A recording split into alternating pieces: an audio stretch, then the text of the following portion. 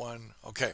So what I'm doing is a little Camtasia screen capture of my discussion here talking about viral marketing, the concept of guerrilla marketing. Now, what is a guerrilla? Do I have any students here that speak Spanish? Could they tell the class what the word gur means in Spanish? Anybody? Anybody speak Spanish? Does anybody know what the word guerrilla means?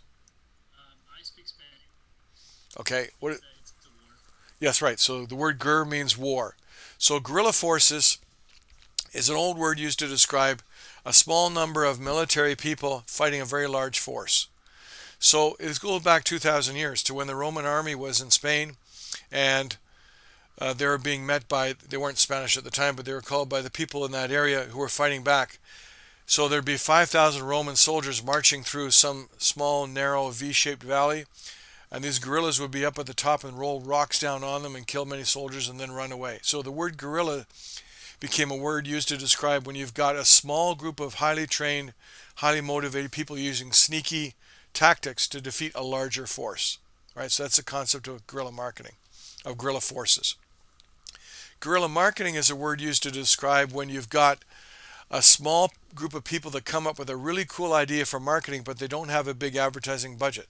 So they create a concept or an idea which is very weird and unusual, and then when it goes viral afterwards, it can be just as effective as if they had millions of dollars to create the first thing. So this is my explanation of what guerrilla means.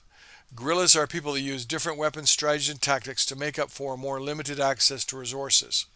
So instead of having several soldiers riding an expensive Humvee, they have one person with a Laws rocket, etc. So there are advantages and disadvantages of many things to do with viral marketing, but what we're going to do is look at this example here of guerrilla marketing and click on this link, and I'll show you one of the most famous examples.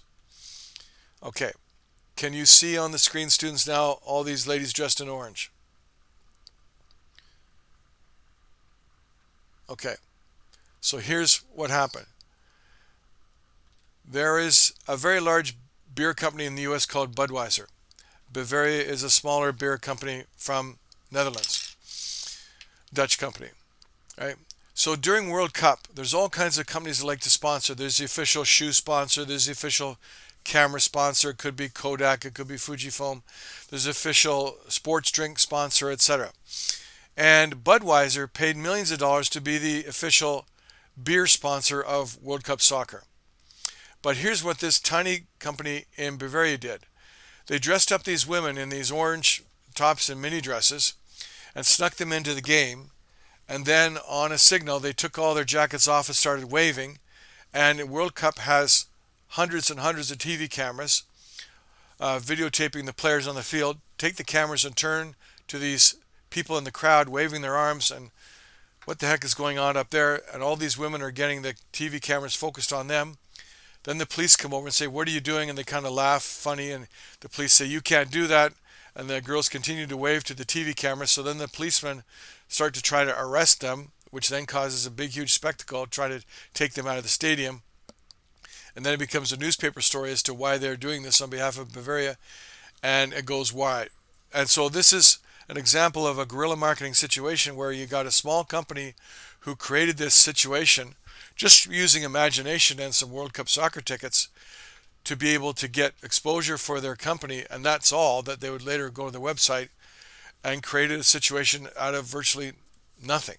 So that's a good example of a guerrilla marketing circumstance where you've got a small idea with a small number of people getting just as much effect and impact as a large, huge company like Anheuser-Busch.